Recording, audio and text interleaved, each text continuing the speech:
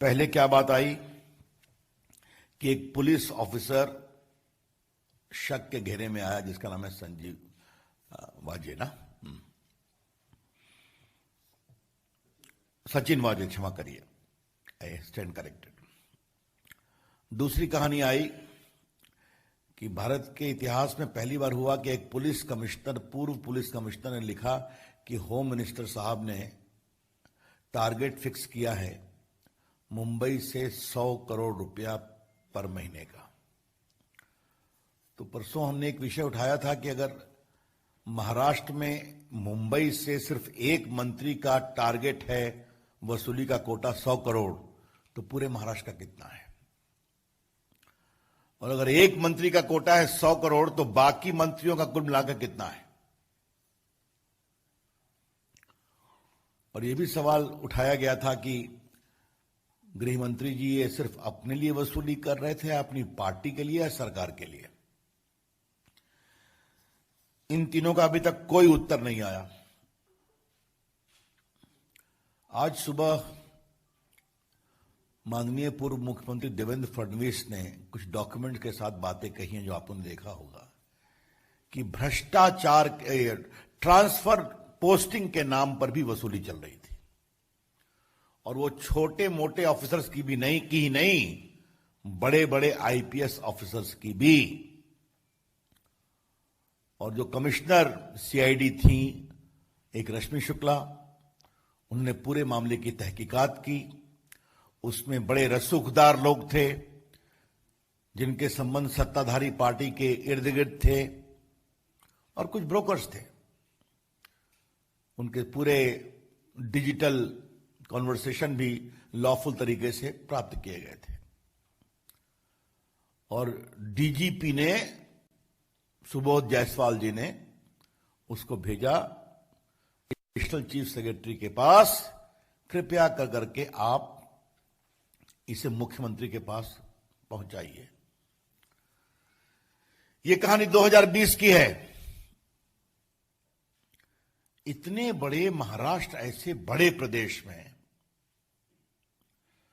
IPS और बड़े police पदाधिकारियों के ट्रांसफर पोस्टिंग में सीधा वसूली हो रही है। Extortion is being done. हमें उम्मीद थी कि मुख्यमंत्री कार्रवाई करेंगे, लेकिन दोषियों के खिलाफ कार्रवाई करने की बजाय एक ऑनेस्ट, बहादुर महिला पदाधिकारी, रश्मि शुक्ला नाम है शायद, उसको सिविल डिफेंस का डीजीपी बना दिया गया, क्योंकि अपनी सीनियरिटी में वो उस स्तर पर पहुंच गई थी। और जो बताया देवेंद्र जी ने 10 फीट बटा 10 फीट का उसका एक क्यूबिकल था, और ये दोनों ने महाराष्ट्र छोड़ दिया। आज ये बताना जरूरी है कि ये दोनों डीजीपी और जो एक तो डायरेक्ट जनरल ऑफ पुलिस थे Subodh Jaiswal, I understand he is now in CISF DGP, और रश्मि शुक्ला इतना डिमोरलाइज्ड थी कि वो सेंट्रल डेपुटेशन पे आई, शायद वो भी कहीं पर मुझे बताया गया है कि सीआरपीएफ या कहीं पर वो एडिशनल डीजीपी है। ये क्या हो रहा है महाराष्ट्र में? मतलब आप director general of police, Maharashtra ऐसे बड़े sensitive state, Mumbai is the financial capital of India, वहां पर डीजीपी अपने एक इमीडिएट नंबर 2 जो कि पूरे सीआईडी की हेड है, उसकी इंक्वायरी रिपोर्ट भेज रहे हैं सीएम को, बताइए, और कार्रवाई करवाइए। कार्रवाई तो दूर, दोनों इन ईमानदार अफसर्स को पनिश किया गया। ये इससे बड़ा दुर्भाग्य कोई हो नहीं सकता। अब थोड़ा मैं अपने इस पूरे विषय को एक ट्रायंगल के रूप में आप में प्रस्तुत करता हूं। सचिन वाजे सस्पेंडेड था लगभग 15-16 वर्ष तक, शिवसेना का मेंबर बनता है, उसको कोरोना काल में रीइंस्टेट करते हैं। क्या कहते हैं? बहुत से पुलिस वाले बीमार पड़ रहे हैं, इसलिए उनकी जरूरत है।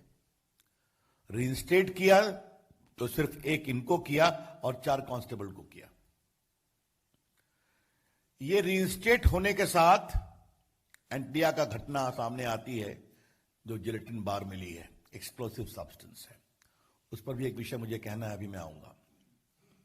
और उसके बाद उन्हें 100 करोड़ वसूली का टारगेट दिया जाता है, क्योंकि जो इनका अतीत रहा है उसके बारे में बात निकलेगी तो बहुत दूर तक जाएगी, तो ये डिलीवर कर सकते हैं। उनको दिया गया, जो पुलिस कमिश्नर ने बताया। अब मैं ये जो टारगेट की बात की जा रही है, इसके पहले मैं एक बात आपको बताना चाहूंगा, और ये बात बहुत गंभीर है। आपको मालूम है वो जो कि जो हमारे स्कॉर्पियो गाड़ी मिली थी उसमें जिलेटिन मिला था, ठीक है, याद करिए आप। ये एक्सप्लोसिव सब्सटेंस है और नेशनल इन्वेस्टिगेटिव एजेंसी में ये एक शेड्यूल्ड ऑफेंस है कि कहीं पर अगर कोई एक्सप्लोसिव सब्सटेंस मिलता है तो उसकी जांच एनआईए करेगी। एनआईए उसकी जांच कर रही है, ठीक है। और एनआईए के सेक्शन 8 में एक बात का और प्रावधान है कि अगर कोई कनेक्टेड ऑफेंस होता है तो उसकी भी जांच एनआईए ही करेगी। ये जो उस गाड़ी का मालिक है, इसका नाम मनसुख हिरेन। अभी जो प्रेस कॉन्फ्रेंस थी एंटी टेररिज्म स्क्वाड महाराष्ट्र की, वो उसके बारे में थी। उसमें भी सचिन वाजे का नाम आया है, वो एक अलग विषय है। लेकिन जहां तक मेरी जानकारी है, एनआईए ने रिक्वेस्ट किया है अंडर प्रॉपर ऑथराइजेशन कि इस मनसुख हिरेन के मृत्यु या हत्या की जांच हमें दे दी जाए, क्योंकि उसके तार जुड़े होंगे। वो अभी तक महाराष्ट्र सरकार ने एनआईए को नहीं दिया है। क्यों नहीं दिया है? अगर एनआईए पूरे उस जिलेटिन, उस गाड़ी के पूरे मामले की जो एक्सप्लोसिव सब्सटेंस है जांच कर रही है, तो उस जांच में अगर उस गाड़ी के मालिक की संदेहास्पद मृत्यु होती है तो वो जिम्मेवारी एनआईए को क्यों नहीं दी जा रही है? क्या इस बात से हम ये निष्कर्ष निकालें कि जो इसके सस्पिशियस सर्कमस्टेंसेस ऑफ कॉन्स्पिरेसी है उसकी ईमानदार जांच को रोका जा रहा है? हम कोई टिप्पणी नहीं कर रहे हैं। सचिन वाजे ने उनको मरवाया, मुंबई की एटीएस बहुत तेजी से उस पर अपनी गाड़ी भगा रही है ताकि जांच को वाजे पर ही रोक दिया जाए। इस पूरे मामले की व्यापक जांच क्यों नहीं होनी चाहिए? ये बहुत गंभीर सवाल है। आप ही लोगों ने मीडिया में चलाया था कि कुछ जिलेटिन के तार किसी दूसरे प्रदेश के जेल से भी लिंकेज है ना, याद करिए अपने रिपोर्टिंग को आप लोग। तो ये क्यों नहीं होना चाहिए? मैं फिर कहूंगा, अगर भारत की एनआईए एक उद्योगपति के घर के सामने जो मिली है गाड़ी, जहां से जिलेटिन रिकवर हुआ, उसके पूरे मामले की जांच कर रही है, तो अगर उस गाड़ी का तथाकथित मालिक से संदेहास्पद परिस्थितियों में मृत पाया जाता है तो उसकी जांच को क्यों रोका जा रहा है? Obviously there are lot of suspicious circumstances surrounding. देखिए, हम किसी का पक्ष नहीं ले रहे हैं, कोई पदाधिकारी हो पुलिस का, चाहे वो डीजीपी पूर्व के हो या क्राइम की हेड हो, हम सिर्फ तथ्यों को पब्लिक डोमेन में ला रहे हैं। The BJP would like to clarify clearly and categorically that we don't wish to take the side with anyone. We are only bringing the fact into the public domain, including all the suspicious circumstances, which raises very sensitive questions, जो कि बहुत ही संदेहास्पद सवाल पैदा करते हैं।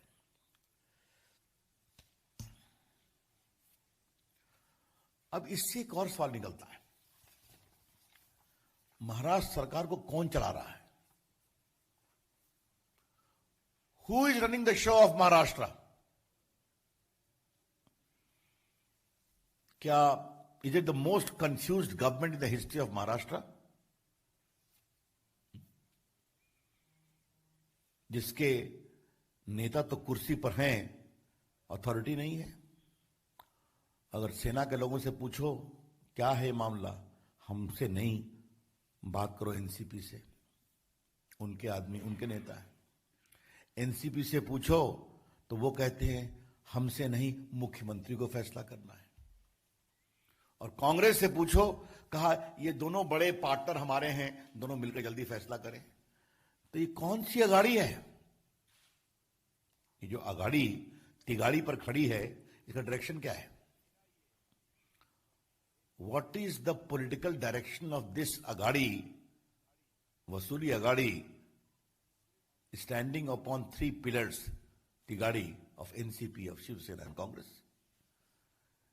ये कौन सा नाटक हो रहा है? महाराष्ट्र ऐसे प्रगतिशील बड़े प्रदेश को ये कौन सी पीड़ा में धकेल दिया गया? अब कुछ सवाल आदरणीय शरद पवार जी के बारे में आज कहना है। देश के बड़े नेता हैं, 4 बार मुख्यमंत्री रहे हैं, भारत सरकार के रक्षा मंत्री रहे हैं, विपक्ष के नेता हैं, और देश में उनका एक सियासी रसूख है। ही surely enjoys the political credibility. अब कल उनसे क्या बुलवा दिया गया भाई? शरद पवार जी की ऐसी क्या मजबूरी है कि देशमुख जी गृह मंत्री को इतना डिफेंड कर रहे हैं, वो भी गलत तरीके से? पहले कहा गया क्वारंटाइन में है, तो मालूम हुआ प्रेस कॉन्फ्रेंस कर रहे हैं। अब आप लोग इतने अनुभवी पत्रकार हैं, आप सबों ने कोरोना को देखा भी है और झेला भी है। आप जरा हमें एक चीज बता दीजिए, अगर कोई व्यक्ति कोरोना से ग्रसित है जो अपने घर जा रहा है आइसोलेशन में, तो उसकी प्रेस में आप जाएंगे क्या? उसकी बाइट लेंगे क्या आप? ये क्या कहा जा रहा है भाई? और वो भी ऐसे गृह मंत्री जिन्होंने कोई कोरोना किट भी नहीं पहना हुआ था, याद है ना? हम तो आज हवाई जहाज में चलते हैं तो एयर होस्टेस कहती है, सर हेड गियर पहनिए, डबल मास्क लगाइए। कुछ लोग किट पहनाती है, और एयरपोर्ट उतरिए तो वहां डब्बे में डाल दीजिए। और यहां स्वनाम धन्य गृह मंत्री अनिल देशमुख जी नागपुर के अस्पताल में भर्ती हैं, कोरोना से पीड़ित हैं, होम आइसोलेशन में जा रहे हैं और प्रेस कर रहे हैं, और पत्रकार खड़े हैं उनके सामने में। कमाल है भाई, किसे मूर्ख बनाया जा रहा है? इस सवाल का जवाब तो शरद पवार को देना पड़ेगा। अब बाकी तो देवेंद्र जी बोल चुके हैं, तो मैं क्या बताऊं कि मुंबई की पुलिस, सब लोग जेड प्लस के हैं, जितने 5-7 लोग, उनके पूरा मूवमेंट वो रिकॉर्ड करते हैं। खैर हम लोग जेड प्लस में नहीं हूं मैं तो ऐसे भी, लेकिन हमारे लिए भी सीआरपीएफ की सुरक्षा है, हमारे सारे मूवमेंट को वो ट्रैक करते हैं। मैं कहां जा रहा हूं? तो आप सह्याद्री गेस्ट हाउस जा रहे हैं, अब बाकी जा रहे हैं, और आप जो हैं, ये तो आप लोगों को मैं दिखाना चाहूंगा, ये बड़ा रोचक मामला है। I hope I have got the copy. ये देखिए, प्राइवेट प्लेन से नागपुर से उड़ रहे हैं। हाँ, सीधा कर दें? लीजिए साहब, इसमें पायलट का लीजिए। पायलट का नाम क्या पढ़ूं? Passenger number 1 honourable Shri Anil Deshmukh है। ये नागपुर हवाई अड्डे का पूरा। तो शरद पवार जी क्या बोल रहे हैं आप? मुंबई पुलिस का मैंने पूरा उनके मूवमेंट दिखा दिया, आज दिखा दिया हमारे मुख्यमंत्री जी ने, पूर्व मुख्यमंत्री जी ने। ये पूरा उनका प्लेन मूवमेंट है। आप हमें ये बताइए, अगर वो बीमार हैं तो क्या ऑर्डनरी प्लेन से उड़ सकते हैं? मैं बहुत गंभीर सवाल आप लोगों के सामने रखना चाहता हूं। कोरोना का प्रोटोकॉल क्लियर है ना? अगर आप पॉजिटिव हैं, आपको क्वारंटाइन चाहिए, तो आप एयर एम्बुलेंस से उड़ सकते हैं विद डॉक्टर्स। क्योंकि आप देखिए 8 पैसेंजर हैं इसमें, 8, 2 पायलट, तो आप सबको खतरे में डाल रहे हैं ना। आजकल तो यह हाल है कि अगर आप पॉजिटिव हैं तो बड़े प्लेन में भी आपको अलाउ नहीं करते हैं, है ना, क्योंकि आप दूसरे के लिए संक्रमण का माध्यम न बन जाए।